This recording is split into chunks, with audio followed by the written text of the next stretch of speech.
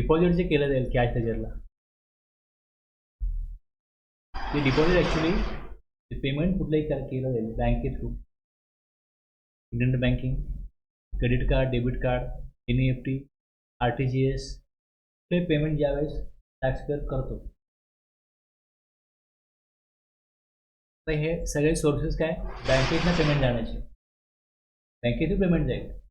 कुठल्याही बँकेचं credit card आहे, कुठलं तरी बँकेमध्ये अकाउंट आहे, तिकडनं तो इंटरनेट बँकिंग करेल. ज्यावेळेस या प्रकारे पेमेंट केलं जाईल त्यावेळेस त्याच्या इलेक्ट्रॉनिक कॅश लेजरला ती अमाऊंट शॅल बी क्रेडिटेड, ती क्रेडिट केली जाईल. डायरेक्टली टॅक्सचं पेमेंट होणार नाही.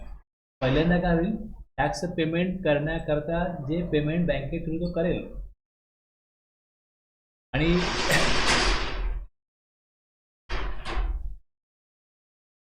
जर एखाद्याला ऑनलाईन पेमेंट नाही करायचं, बँकेच्या काउंटरवर जाऊन पेमेंट करायचं, जे काय पेमेंट केलं जाईल, तसं बँकेच्या काउंटर पेमेंट पुढे सांगतो मी, तर जे काय पेमेंट केलं जाईल ते पेमेंट त्याच्या इलेक्ट्रॉनिक कॅश लेजरला जमा होईल.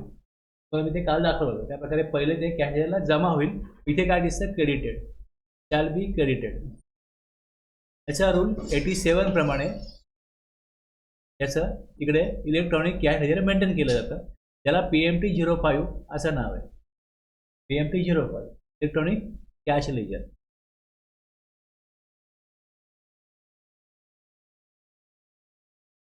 $49.3 मध्ये दिलंय. द अमाऊंट अवेलेबल, जी अमाऊंट तिकडे जमा होईल इलेक्ट्रॉनिक कॅश लेजरला, may be use for making payment towards टॅक्सचं पेमेंट, इंटरेस्टचं पेमेंट, पेनल्टीचं पेमेंट, फीजचं पेमेंट आणि आणखीन कुठलं पेमेंट असेल तर ते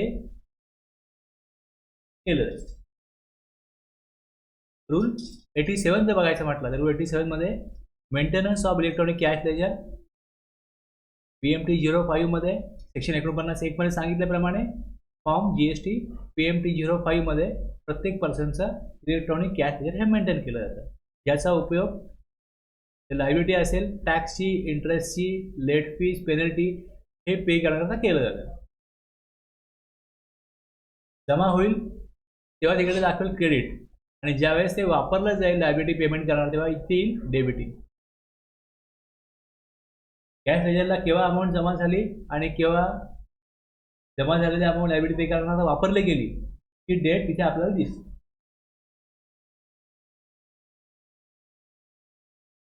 चलन जनरेट करायला लागतं कॅशचे पेमेंट करता, जनरेशन ऑफ चलन.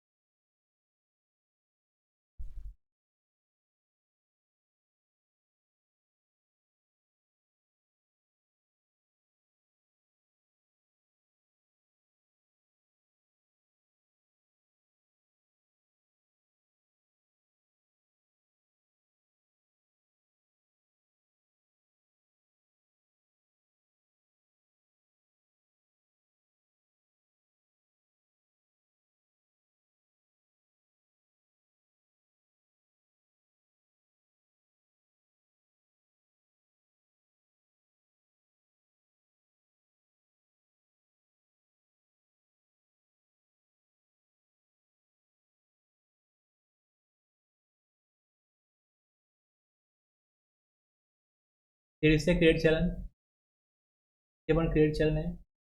आणि इकडे पेमेंटमध्ये चलन हिस्ट्री आहे, क्रेडिट चलन आहे. जेव्हा क्रेडिट चलन देऊ इकडे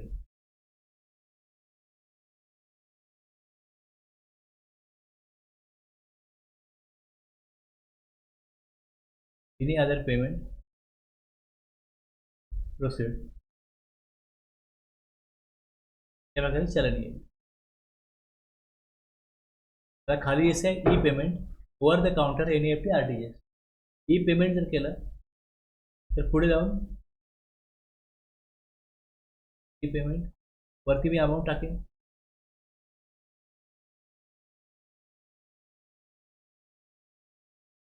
GST करता खाली घेतला GST करता, इंटरेस्ट आहे का, पेनल्टी आहे का, लेट फीज आहे का, या प्रकारे येईल. जनरेट चलन आहे इकडे.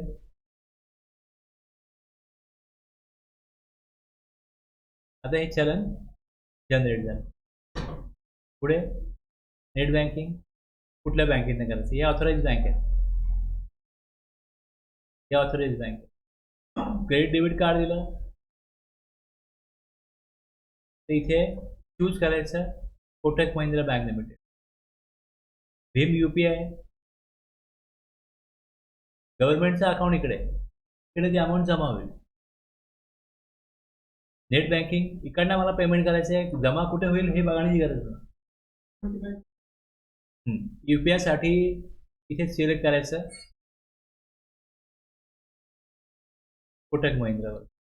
मग पुढे जाईल. हे बघा इथे माझा to receive the payment acknowledgement please provide your mobile number आणि ईमेल ID दिलेलं आहे. पुढे प्रोसीड करायचं.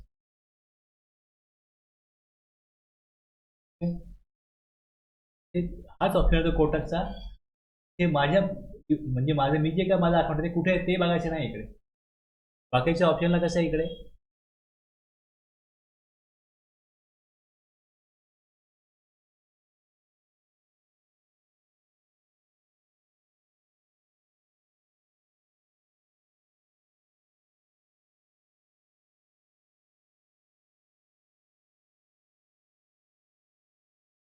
ते मला हे चूज करायला लागतं ज्यावेळेस मी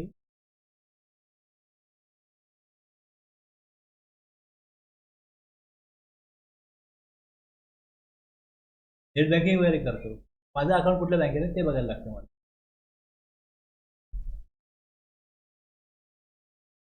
ही पेमेंट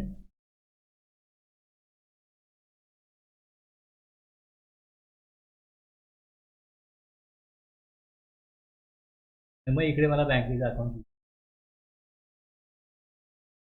हे गव्हर्नमेंटचं अकाउंट कुठल्या बँकेत आहे हे बघायचं नाही. माझ्या बँकेत IDBI मध्ये मी IDBI चूज करेन आणि पुढे जाईल. आता इकडे चलन जे बनतं चलन बनलं इकडे जर मी NEFT दिलं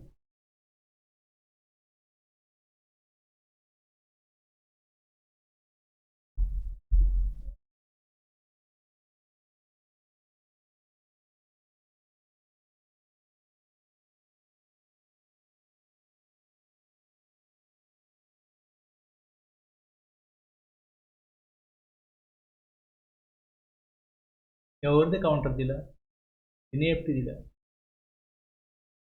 यात बऱ्याच बँक आहेत.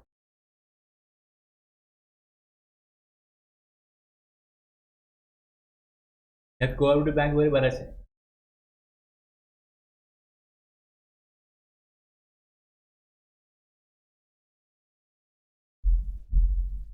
त्याचं पेमेंट इमिजिएटली होत नाही. हे मी चूज केलं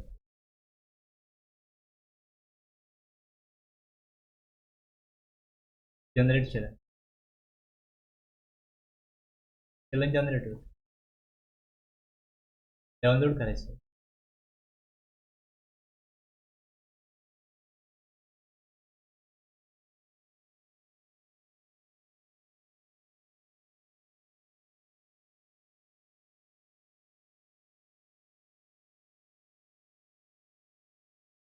ते दिसत आहे CPI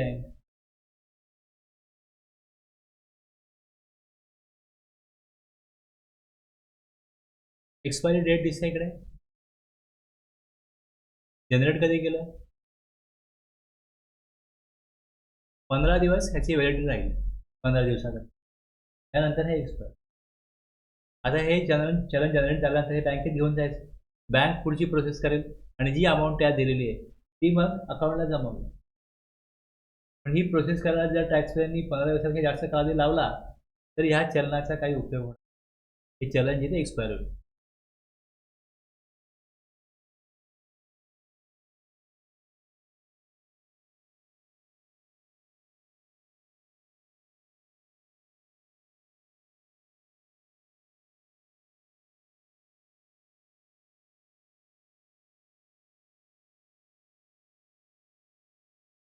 आता इथे दिसतंय खाली mandate form for making GST payment through NEFT RTGS. चलन आहे, हा मॅन्डेट फॉर्म आहे. I hereby authorise Satara Sahakari bank limited, जी बँक चूज केलेलं नाव येईल आणि त्यानंतर त्या बँकेला सांगतोय. आता हा बँकेचा जो कस्टमर असेल बँकेला सांगेल की या प्रकारे माझं तुम्ही पेमेंट करा जीएसटी. तर एक चलन आणि खाली हा मॅन्डेट फॉर्म येतो. याची व्हॅलिडिटी 15 दिवस असते. काय विचारता?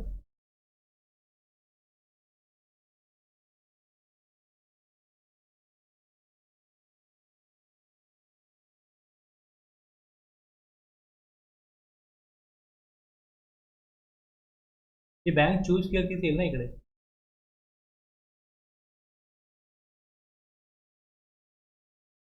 हां, name of beneficiary bank.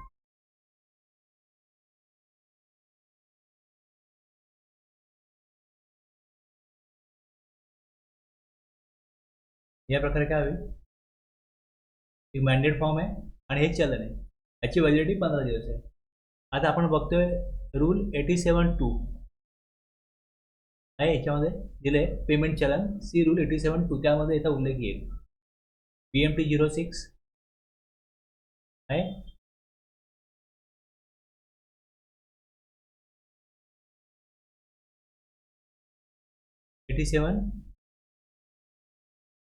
Generation of challan and its validity period.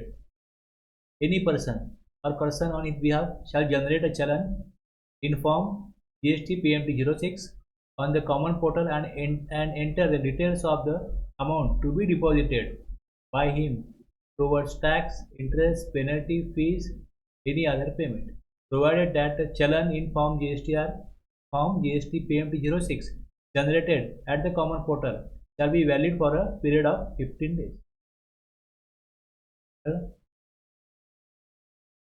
ते बँकेत घेऊन गेलो एनएफटी मध्ये, एनएफटी करण्याकरता प्रत्येक बँकेची वेगळी प्रोसिजर असते.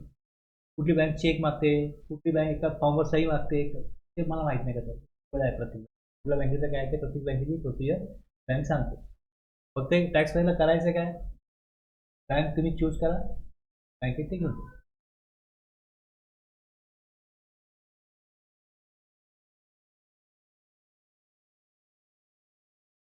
Modes of deposit of amount in electronic cash ledger rule 87(3). Payment deposit जे आहे अंडर सब रूल 2 जे करायचं आहे shall be made through any of the following modes. Internet banking, through authorise bank, तिकडे दाखवला तेवढाच bank, credit card, debit card, NEFT, RTGS, over the counter payment through authorise banks for deposit. आता पूर्वी कसं व्हायचं व्हॅटच्या याच्यामध्ये की बँकेमध्ये चलन मिळायचं, ते घ्या आणि त्या चलनाप्रमाणे पेमेंट करा. चलन इकडे ऑनलाईन जनरेट झालं तेच पाहिजे, मॅन्युअल चलन चालत नाही. ओव्हर द काउंटर आणि अमाऊंट दिले up to ₹10,000 per challan per tax period by cash, cheque, demand draft. Over the counter cash, cheque किंवा डिमांड ड्राफ्ट असेल तर ₹10,000पर्यंतच टॅक्स असेल तर ते वापरता येईल. जास्त मोठा अमाऊंटचा टॅक्स असेल तर मग बाकीचे जे मोड दिले त्याने पेमेंट करायला लागेल. आता ओव्हर द काउंटर 10,000 हे ॲप्लिकेबल कोणाला नाही याची एक यादी आहे. कुठल्या केसमध्ये 10,000चं लिमिट हे रिस्ट्रिक्ट होत नाही. एक, provided that restriction for deposit ₹10,000 per challan in case of and over the counter shall not apply to deposit to made by government departments or any other deposit to be made by person as may be notified by the commissioner in this behalf.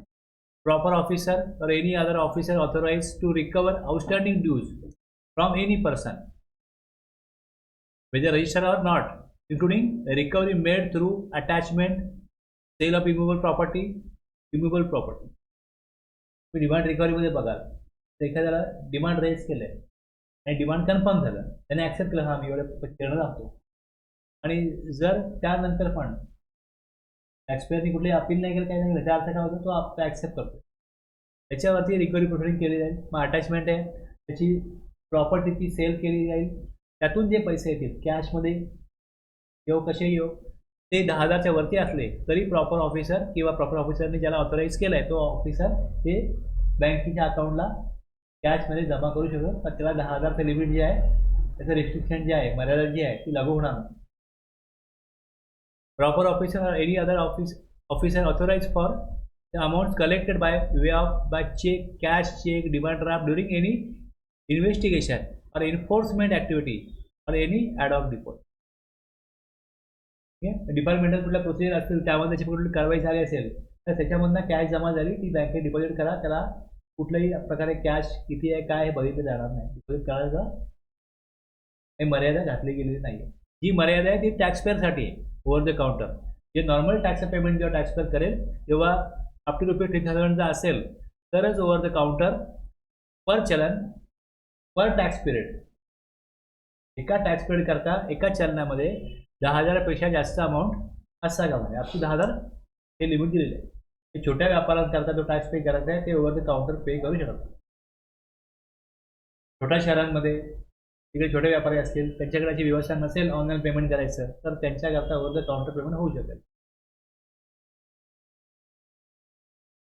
तर ज्यावेळेस over the counter payment करायला लागतं demand draft बनवायला लागतो त्यावेळेस काही bank charges घेईल.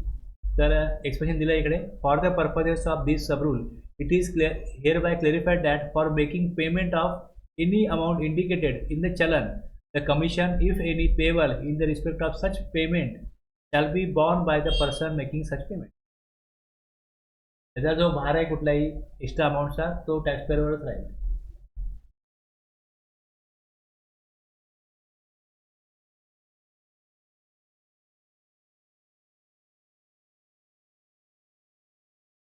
Payment by unregistered supplier using TIN.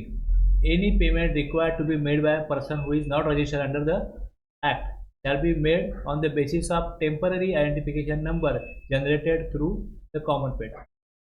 Transporter वगैरे तो अशा कुठल्या काय त्याला फाईन लागली असेल त्याला पेमेंट करायला लागलं तर तो रजिस्टर नसेल तर मग त्याचा टेम्पररी आयडेंटिफिकेशन नंबर जनरेट करून त्याच्या थ्रू पेमेंट करायचं. तर गोडाऊन आहे त्यांना रजिस्ट्रेशन घेणं कंपल्सरी आहे. त्यांना रजिस्ट्रेशन घेणं म्हणजे हा नंबर जो आहे हा काढणं कंपल्सरी आहे. पुढे अकाउंट रेकॉर्ड्समध्ये आहे त्याचा ऑप्शन. की गव्हर्नमेंटला माहिती पाहिजे की एखाद्या टॅक्सपेअरचे गुड्स तिकडनं परचेस होतात सेल होतात तिकडनं मुवमेंट होते गुड्सची ती माहिती पाहिजे. तेव्हा त्यांना रजिस्ट्रेशन इथे घेणं कंपल्सरी आहे. तर त्यांनी घेतलं नसेल तर त्यांच्यावर कुठली पेनल्टी आली काय आलं तर त्यांचं इकडनं पेमेंट करून घेण्याकरता त्यांचा इकडे टेम्पररी आयडेंटिफिकेशन नंबर पाहिजे. Mandate form for NEFT RTGS payment and it's validity हे पण तसंच आहे चलनसारखंच व्हॅलिडिटी 15 दिवस राहील.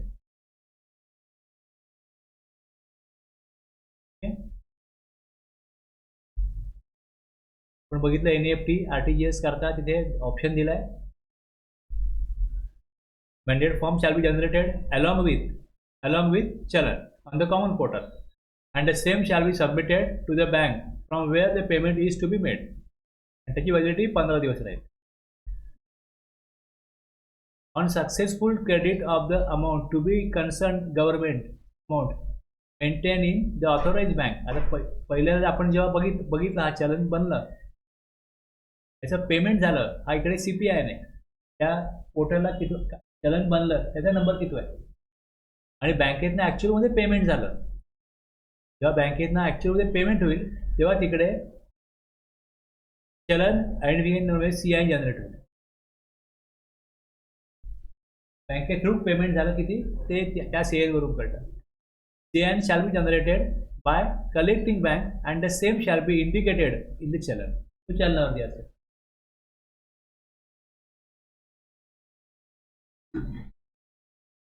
On receipt of the CI from the collecting bank, the said amount shall be credited to the electronic cash ledger of the person on whose behalf the deposit has been made, and the common portal shall make available a receipt of this effect. Where the bank account of the person concerned or the person making the deposit on his behalf is debited but no चलन identification number is generated. पैसे माझ्या अकाउंटमधून cut झाले पण चलनावर CI number आला नाही. किंवा असं होतं बँकेना पैसे डिपॉझिट हे कट होतात पण इलेक्ट्रॉनिक कॅश याला दिसत नाहीत. ते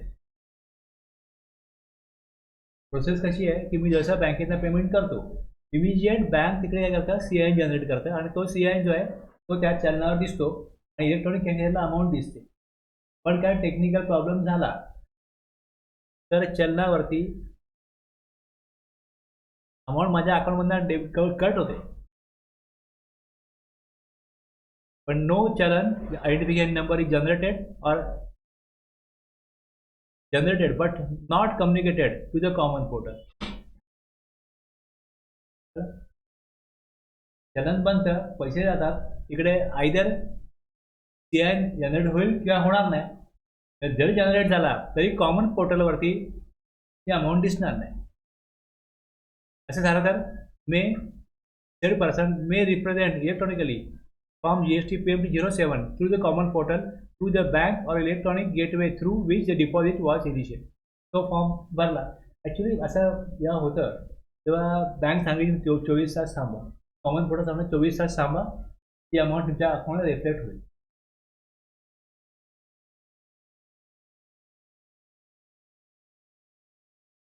आता TDS किंवा TCS डिडक्ट केला जातो ना.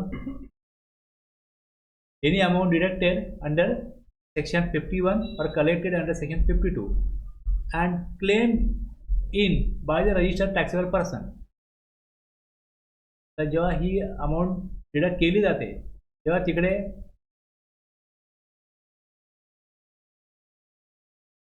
TDS TCS साठी पण बघायला लागतं की जमा केली की नाही केली. जमा केली की त्या ऑप्शन दिसतो. माझा कोणी TDS डिडक्ट केला आहे, TCS चा काय इफेक्ट आहे, तर मला इकडे बघायला लागतं की ती अमाऊंट दिसेल इथे. Credit TCS credit received, prepare online.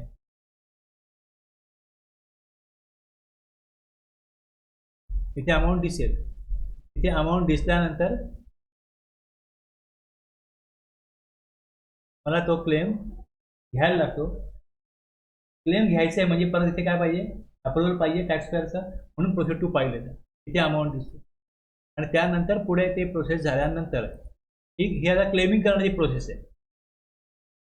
Registered person, taxable person from home the said amount was deducted or as a case may be collected shall be credited to electronic cash list.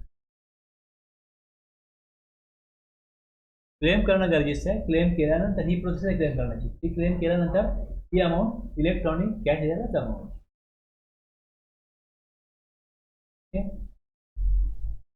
TDS काय process आहे की ज्याला payment करायचे आहे त्याच्या amount अकाउंटमधनं, त्याच्या त्या पेमेंटच्या टोटल पेमेंटमधनं 1% 2% अमाऊंट त्याला कमी द्या आणि ती गव्हर्नमेंटच्या अकाउंटला जमा करा. मग गव्हर्नमेंटच्या अकाउंटला जमा झालेली आहे त्या नंबरवरती, ती त्या व्यक्तीला कळतं आणि ते कळण्याकरता ही प्रोसेस फॉलो करायला लागते. दिसेल आणि मग तो क्लेम केल्यानंतर, ती प्रोसेस केल्यानंतर मग ती अमाऊंट जमा होईल electronic cash ledger. Where a person has claimed refund of any amount from an electronic cash ledger, the said amount shall be debited to the electronic cash ledger. कॅशला amount जमा झाली म्हणजे credit झाली. जर refund त्याला पाहिजे असेल तर रिफंड घेऊ शकतो. रिफंडला काही अशा कंडिशन नाही आहे.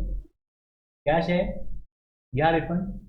मग तिथनं जसं जमा होईल क्रेडिट होईल, काढली अमाऊंट डेबिट होईल. लायबिलिटी भरली गेली तरी डेबिट दाखवतो. त्याच प्रकारे रिफंड झाला डेबिट दिसेल.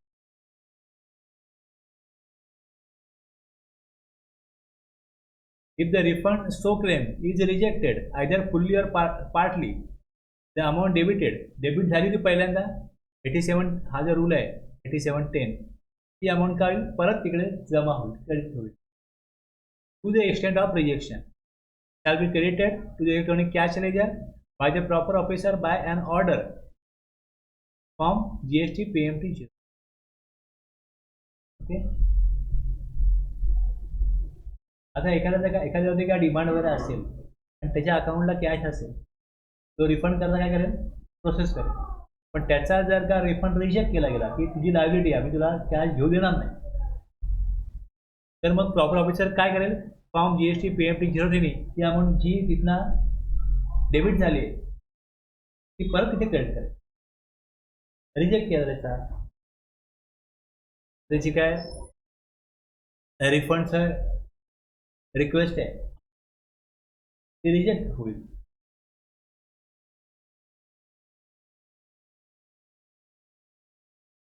तर हा एक फॉर्म GST PMT 04 आहे.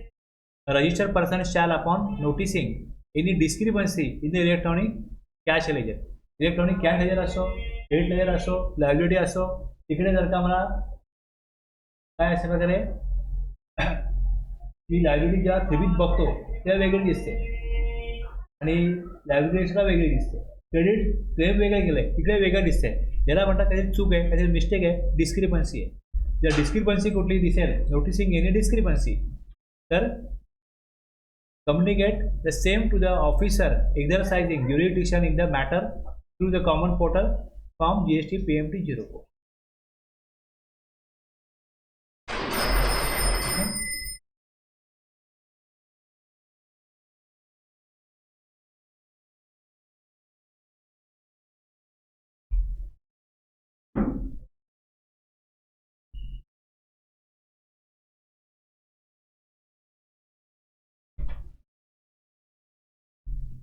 आपण काल बघितलं ना कॅश ट्रान्सफर करायचं. सेक्शन 49(10), 49(11), 49(10) मध्ये हे दिले, registered person may on the common portal transfer any amount of tax, interest, penalty, fees or any other amount available in the electronic cash ledger. तर तेच आपण जे केलं त्याचा जो फॉर्म आहे तो PMT 09 आहे. तो फॉर्म PMT 09 त्यातनं ट्रान्सफर होतो आणि त्याचा रूल 8713 आहे. हा रूल प्लीज लागतो, ट्रान्सफर करता येईल. आता ज्यावेळेस हे ट्रान्सफर होईल, provided that no such transfer under clause B shall be allowed if the said registered person has any unpaid liability in electronic liability register. Unpaid liability असेल तर त्याला कॅश ट्रान्सफर करता येणार. Where any amount has been transferred to the electronic cash ledger under this act the same shall be deemed to be deposit in the said ledger as provided in section 49(1). जेव्हा amount transfer होते ना, पहिले एका हेडला amount आहे असं मानलं जाईल to be such transfer shall be deemed to be refund from the electronic cash ledger. ती तिच्या टॅक्समध्ये अमाऊंट आहे तर ती रिफंड घेतल्याचं मानलं जाईल आणि ती कॅशमधनं काढून कुठे भरली, मी डेट फीजला भरली, त्या हेडला भरली, तर असं तिथे मानलं जाईल की ती डिपॉझिट केली.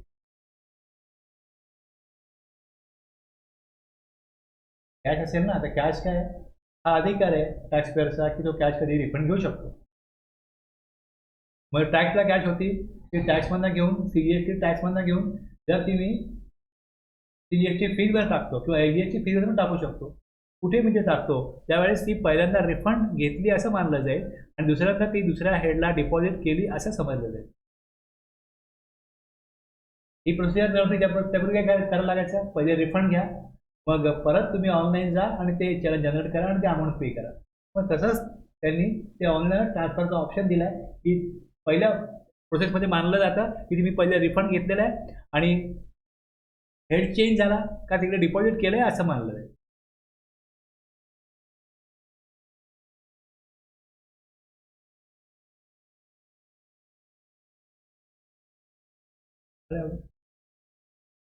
थोडं कॅश संदर्भातलं होतं.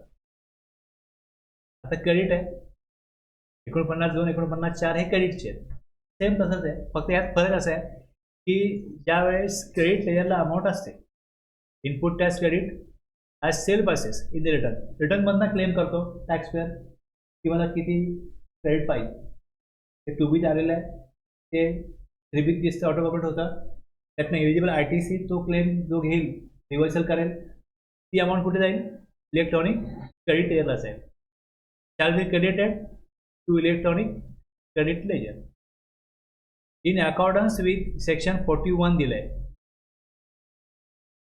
सेक्शन 41 मध्ये काय सांगितलं की जर का सप्लायरनी रिसिपेड अमाऊंट देतो ॲक्च्युली सप्लायरला आणि सप्लायरने जर ती लायबिलिटी पे नाही केली तर रिसिपिएंटला पे करायला लागेल.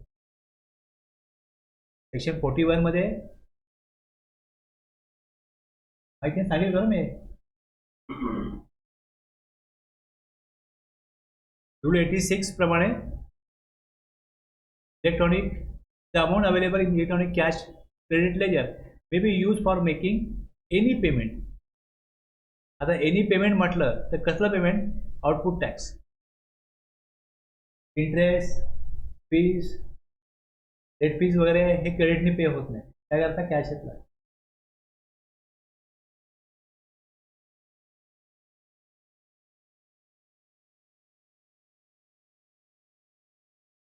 क्रेडिट लेजरला फॉर्म GST PMT 02 आहे.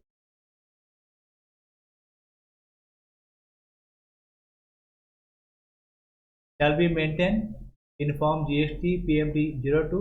Each registered person eligible for input tax credit under the Act on common portal, and every claim of input tax credit under the Act shall be credited to जो claim घेईल तो ती amount जमा होईल कुठे? Credit लेजरला, electronic credit लेजरला. आता डेबिट्स केव्हा होईल? Debit in ledger. Electronic credit ledger shall be debited to the extent discharge of any liability in accordance with the provision of section 49. आपण तिकडे काय प्रोसेस बघितली मला दाखवलं ना मी की जेव्हा मी प्रोसेस करतो लायबिलिटी किती दाखवतो यासमोर मला क्रेडिट द्यायचं आहे. हे जे करतो आपण हे करण्याकरता सेक्शन 49 सबसेक्शन 5 आहे, 49A आहे, 49B आहे. अशा प्रकारे क्रेडिट घ्यायचं त्याची काय पद्धत असेल, ते काय रिस्ट्रिक्शन असतील हे त्या सेक्शनमध्ये. त्याप्रमाणे ते क्रेडिट घेतलं जातं आणि ती अमाऊंट जमा होते इलेक्ट्रॉनिक क्रेडिट लेजरला. जमा होते म्हणजे क्रेडिट होते आणि ज्यावेळेस लायबिलिटी पे करताना ती वापरतो त्यावेळेस तिथनं अमाऊंट ती कमी होते म्हणजे तिकडे डेबिटेड. वाचायला खूप असं बोरिंग आहे पण आता तू नाही तरी ॲटलिस्ट ते नजरेखालना घातलंच पाहिजे. रिफंड जेव्हा क्लेम केला जातो, refund of ITC to be debited in ledger where a registered person has claimed refund of any unutilized amount from the electronic credit ledger in accordance with the provision of section 54 मध्ये रिफंडचा section आहे. जेवढी amount तो refund मागेल claim करेल तेवढी amount पहिल्यांदा काय होते टू द एक्सटेंट इतना कमी केली जाते म्हणजे debited to the said ledger.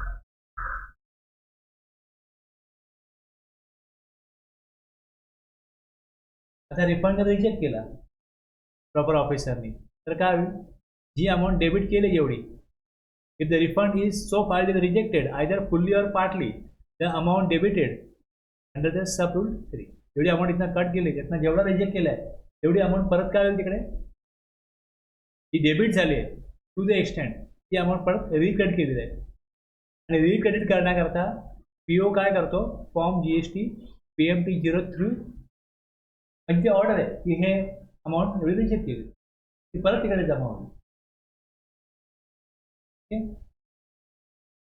PMT 03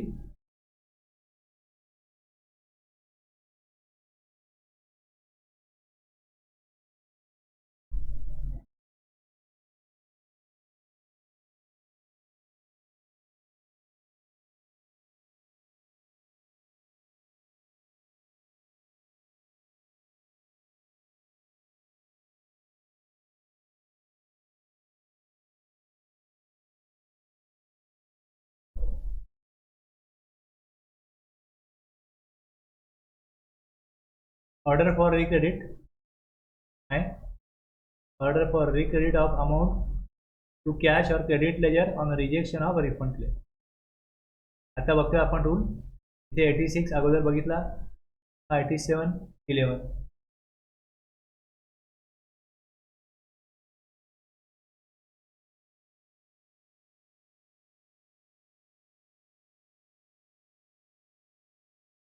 86 86 4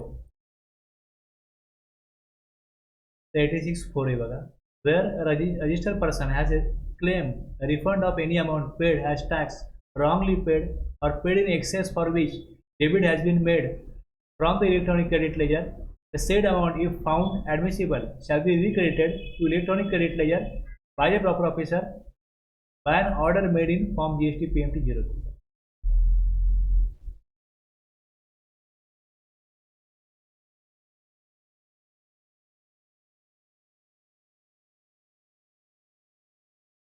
Amount of erroneous refund, wrong refund घेतला, recredited to electronic credit ledger 86(4)B.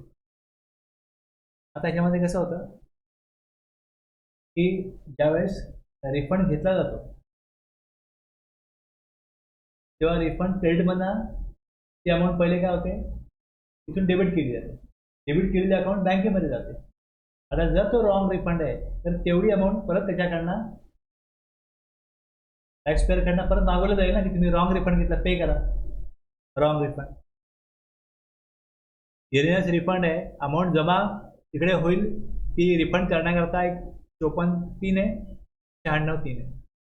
आता या तरतुदीचं उल्लंघन करून त्यांनी एरियस रिफंडचा अर्थ काय होतो की रॉंग रिफंड, रिफंडचा तरतूद आहे पण तुम्ही कशा प्रकारे घ्यायला तिकडे दिलेलं आहे, तर त्याच्यात बसत नसताना त्या कंडिशनमध्ये जो व्यवहार आहे तो बसत नसताना पण तिकडे रिफंड मागितलाय तर तो एरियस रिफंड आहे, तो रॉंग रिफंड आहे. अलॉंग विथ इंटरेस्ट आणि पेनल्टी ही अमाऊंट त्याकडनं वसूल केली जाईल. तेवढी अमाऊंट त्यांनी भरल्यानंतर मग ती अमाऊंट काय होईल, परत तिकडे जमा होईल. Shall be recredited to the electronic credit ledger by the proper officer by an order made in form GST PMT 03.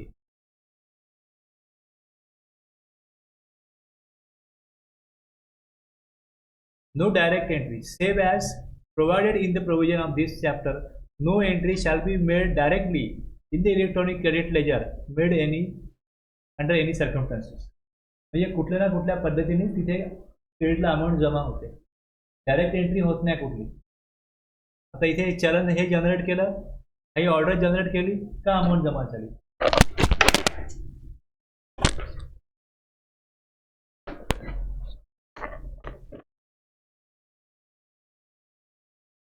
रेसिपिएंटनी claim केला ITCचा हेवीमध्ये का ती अमाऊंट जमा झाली, म्हणजे कुठल्या ना कुठला अशी प्रोसेस ट्रान्झॅक्शन आहे त्यानेच ती अमाऊंट तिकडे जमा होईल, डायरेक्ट एंट्री होत नाही.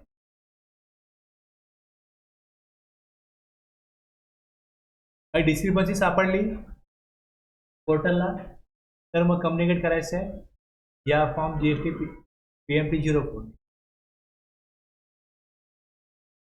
For the purpose of this rule, it is hereby clarified that a refund shall be deemed to be rejected if the appeal is finally rejected or if the claimant gives an undertaking to the proper officer that he shall not file an appeal.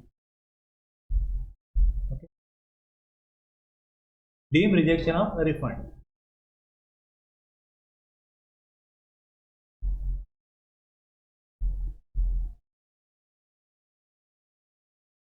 मला हे माहिती असेल ना की CGSTचं जर का credit असेल, CGST आधीच वापरला जात नाही, तर हे सगळं दिलेलं आहे 49(5) मध्ये.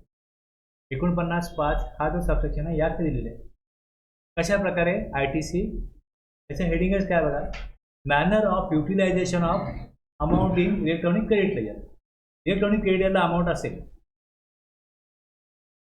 जेव्हा क्रेडिट घेतला जातो त्या कुठे अमाऊंट जाते, इलेक्ट्रॉनिक क्रेडिट लेजरला जाते, आणि जेव्हा लायबिलिटीच्या अगेन्स्ट ती पे करायची IGST असेल, IGSTचं असेल, हे जे वरती सगळी वाक्य दिली शब्दामध्ये मांडले त्याचा अर्थ हा आहे की IGST आहे, तुम्ही पेमेंट ऑफ IGST पहिल्यांदा वापरा, दुसरं पेमेंट ऑफ CGST वापरू शकता, आणि तिसरं पेमेंट ऑफ AGST वापरू शकता.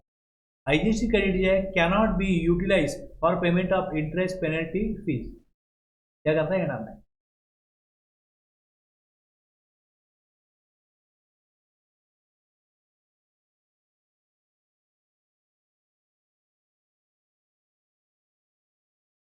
हे कुठे दिलंय, एक 49(5) त्यातला क्लॉज A आहे. क्लॉज B सांगतो, जर सेंट्रल क्रेडिट असेल, CGSTचं क्रेडिट असेल तर यूज करा payment of CGST, payment of IGST.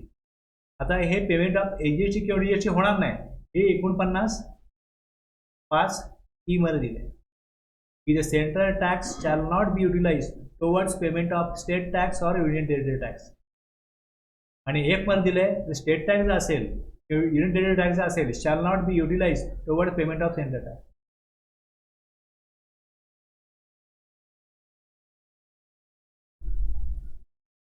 C मध्ये दिले, सी क्लॉज मध्ये की एसजीएसटी क्रेडिट आहे, यूज करा एजीएसटी करता, आयजीएसटी करता, सीजीएसटी करता यूज नाही होणार.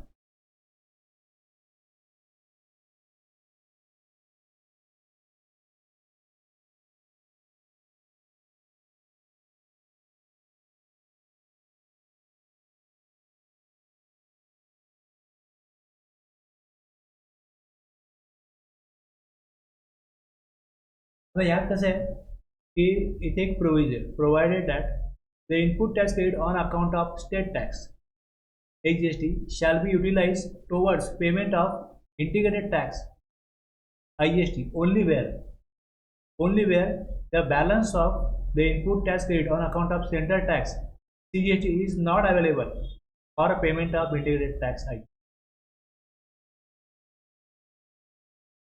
त्याचा काय अर्थ वाटतो?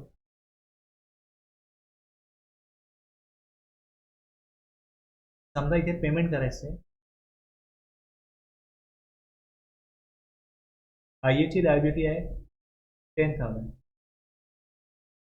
आणि सीजीएसटीचं क्रेडिट पहिले यूज केलं सीजीएसटी करता, एजीएसटी क्रेडिट यूज केलं एजीएसटी करता. ते केल्यानंतर जर इथे क्रेडिटला अमाऊंट उरते सीजीएसटी 8,000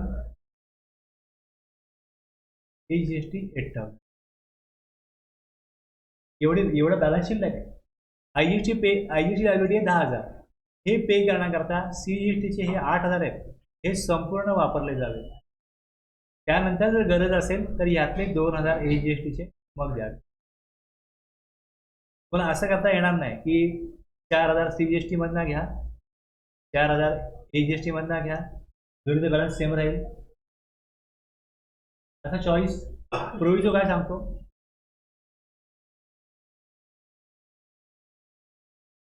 की provided that input tax credit on account of AGST आहे, AGST shall be utilized towards payment of IGST only where the balance of input tax credit on account of central tax CGST चा available नाही आहे. म्हणजे सीजीएसटीचा amount पहिले तुम्ही use करा IGST करता, मग जर का गरज असेल तर एजीएसटीची अमाऊंट एजीएसटी क्रेडिट जे आहे हे वापरू शकता.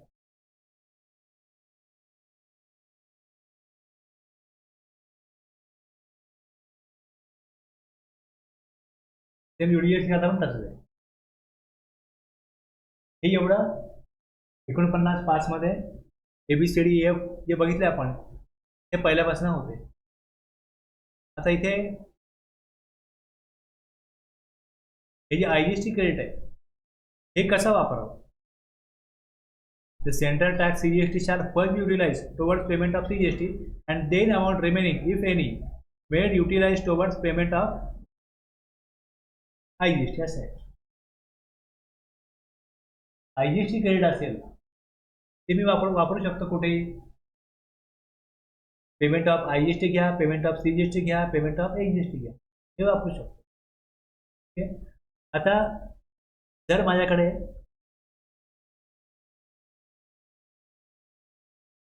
बघा मी काय सांगतोय, माझ्याकडे सीजीएसटीचा लायबिलिटी आहे आणि एजीएसटीची पण लायबिलिटी आहे. ओके. आणि माझ्याकडे मी एक मशिनरी घेतली, त्याचं माझ्याकडे क्रेडिट आहे, ते जमा आहे 1,00,000 रुपये.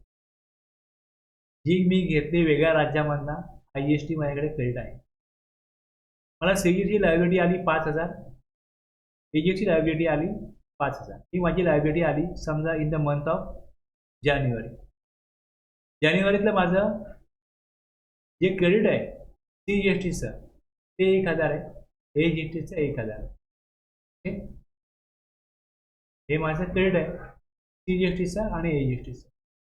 तर माझ्याकडे हे क्रेडिट असताना मी आयजीएसटी क्रेडिट यूज करीन का लायबिलिटी पे करायला? की हे बाजूला ठेवा तुम्ही. हे बाजूला ठेवा 1,000. IGST मधनं जी अमाऊंट आहे क्रेडिट IGSTचं ते वापरा या 5,000 करता. नंतर गरज पडली ते घ्या वापरा. असं आपण करू का?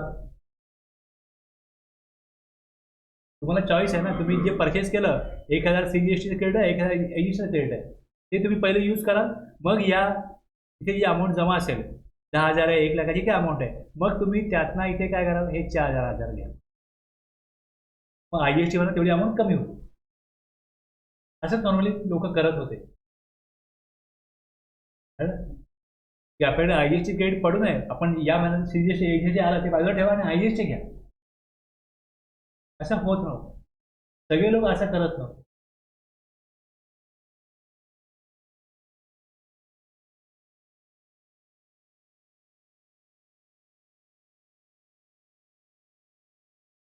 हे 2 सेक्शन काढले गव्हर्नमेंटने. Utilisation of input tax credit to certain condition, order of utilisation of input tax credit. हे 2 सबसेक्शन जे आहेत ते काय सांगतात की notwithstanding anything content in section 49. आता आपण जे बघितलं ना कशाप्रकारे क्रेडिट वापरायचं. The input tax credit on account of central tax, state tax or union tax shall be utilised towards payment of IGST. Towards payment of IGST, central tax, state tax or union territory tax. कुठलाही tax भरायचा असेल as the case may B, only after the input tax credit available on account of IGST has first been utilized fully towards such payment. IGSTचा वापर पहिले करा liability पे करण्याकरता, नंतर CGST, AGST आणि UTGST जे काय असेल ते नंतर वापर.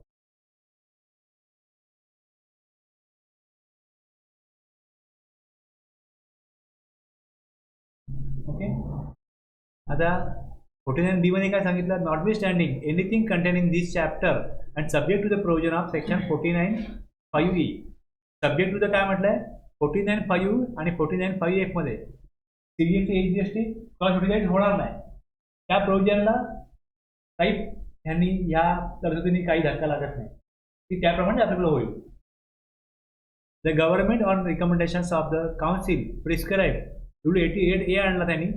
The order and manner of utilization of the input tax credit on account of IGST, CGST, AGST या 88A रूल प्रमाणे त्यांनी खाली एक एक्झाम्पल पण दिलं यामध्ये.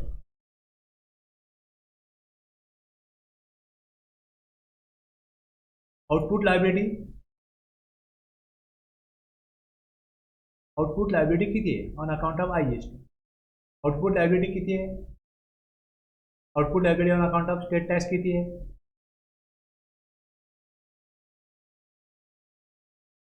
1, 2, 3.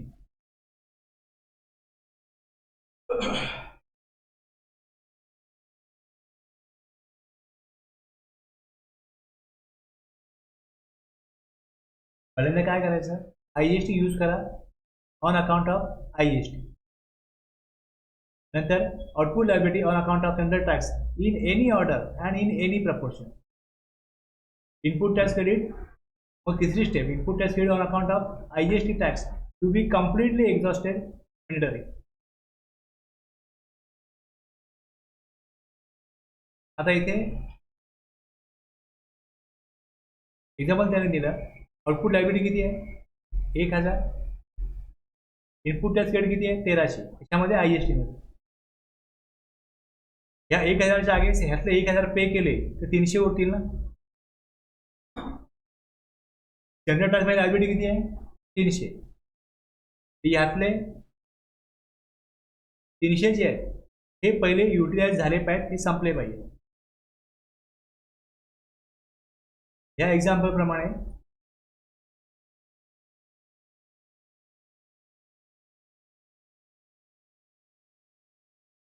दाखवतो मी. IGST आहे पहिल्यांदा. IGST हा यूज करा, ITC ऑफ IGST यूज करा. पहिले IGST करा, नंतर तुम्ही यूज करा CGST, AGST in any order and in any proportion. कळलं. आता ह्या नियमाप्रमाणे जर IGST मध्ये 1300 रुपये इथे ITC आहे, IGST ची लायबिलिटी तिकडे दिसते 1000. ओके, ह्यातना 1300 मधना 1000 यूज केले जातील, 300 उरतील. आता हे 300 जेव्हा उरतील त्यावेळेस ते 300 तुम्हाला यूज करायचे आहेत की तुमच्याकडे लायबिलिटी किती आहे, किती लायबिलिटी आहे सेंट्रलची.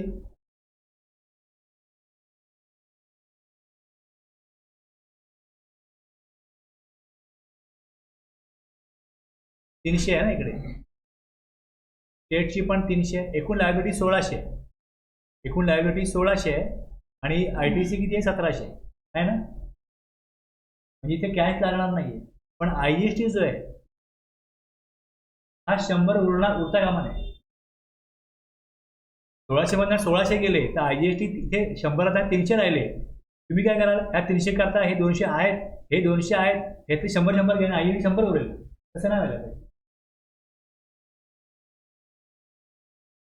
तुम्ही CGST बाकी ठेवा, AGST बाकी ठेवा, किंवा CGST मध्ये 50 बाकी ठेवा, AGST मध्ये 50 बाकी ठेवा. IGST संपले पाहिजे.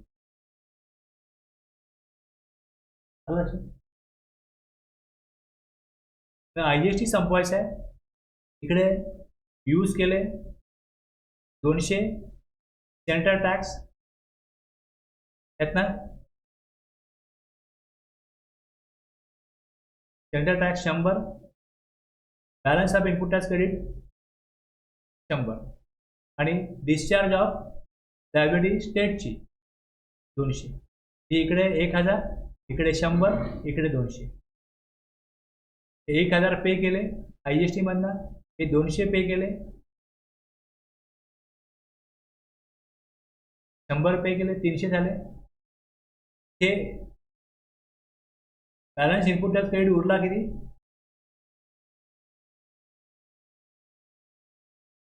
हे जे 1000 आहेत त्या 1000 1000 IGST जातील. या 300 मधनं 200 देईल कोण, IGST, आणि 100च घेतले जातील CGST मधनं. 100 हे होते पक्ष. IGST 100 वापरला जाईल. हा CGST करता 200 पूर्ण वापरले जातील, 100 IGST मधून मिळतील. बॅलन्स काय राहणार नाही. 100 जो बॅलन्स राहील तो बॅलन्स कोणाचा राहील, आयदर CGST बॅलन्स ठेवा 100, AGST बॅलन्स ठेवा, किंवा दोन्ही 50-50 बॅलन्स ठेवा. इथे काही रिस्ट्रिक्शन नाही आहे.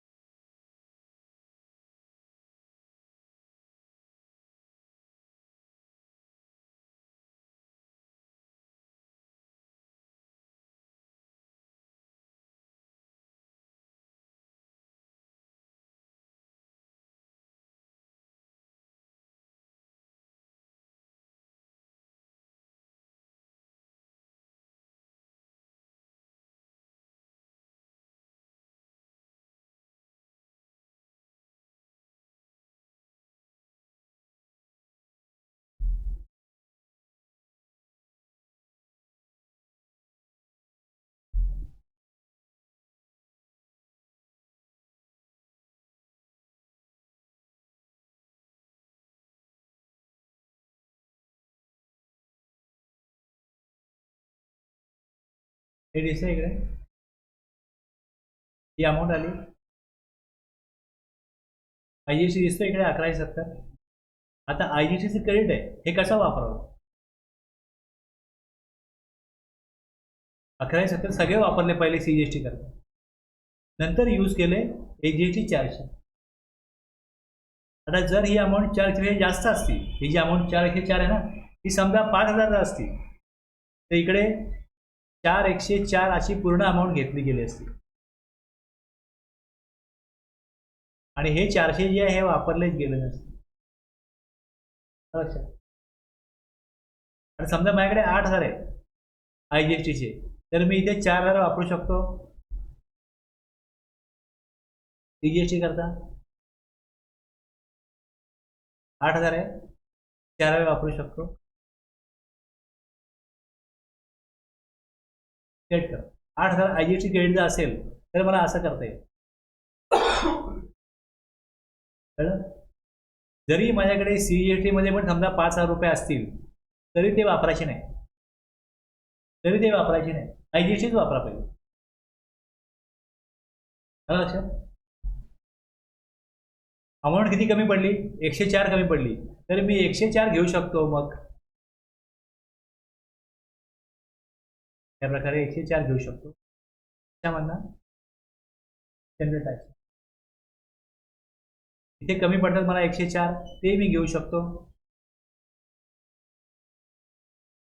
त्या प्रकारे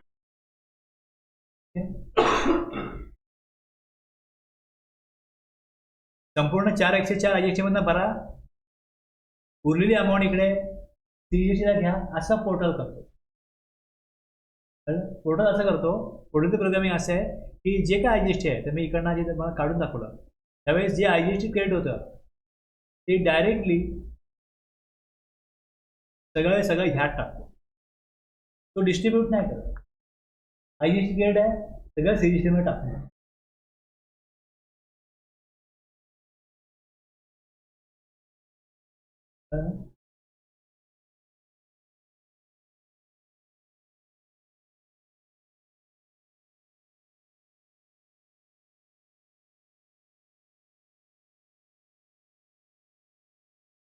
IGST कसाही करून काय झाला पाहिजे, संपला पाहिजे, एवढंच आहे.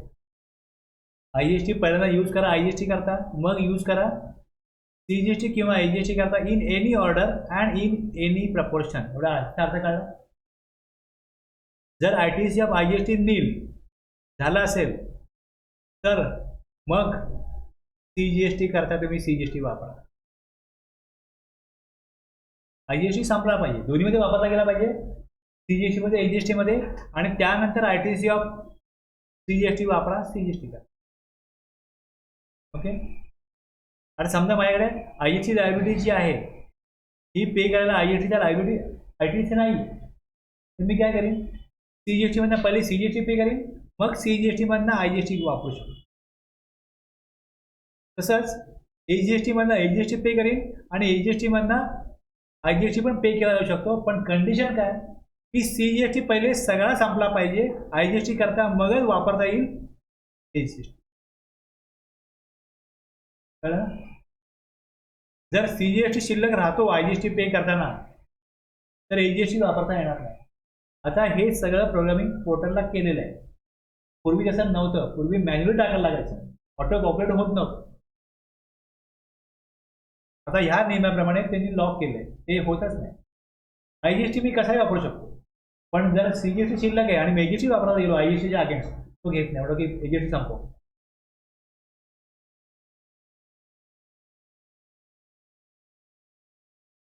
आणि हे जे CGST आणि AGST आहेत, ITC ऑफ CGST आणि ITC ऑफ AGST किंवा GST, हे क्रॉस युटिलाइज होणार नाही, आणि तसे ते होणार नाहीत. त्यामुळे पोर्टलला आपल्याला इकडे याच्या समोर काय दिसत नाही, कारण तसं व्हायला नाही पाहिजे.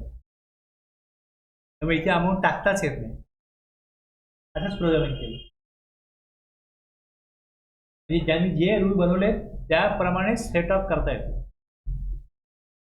अरे माझ्याकडे क्रेडिट जर का हे जास्त घेतलं, इकडे समजा टाईप केलं जबरदस्ती, एवढं क्रेडिटच नाहीये, जाणारच नाही पुढे. ते बघा हे दाखवतो रेड इकडे किती बॅलन्स आहे,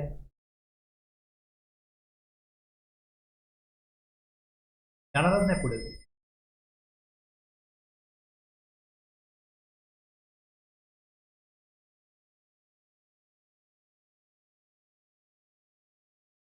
बॅलन्स किती दाखवतो. तर IGST आहे, किती बॅलन्स IGST मध्ये? 1170. 1170च मी इथे दाखवू शकतो.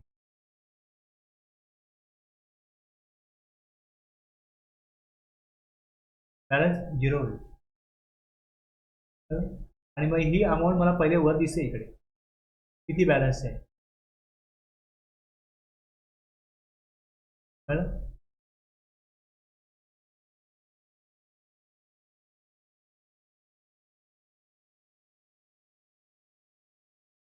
बॅलन्स वापरला गेला तर निल होणार प्रॉपरली.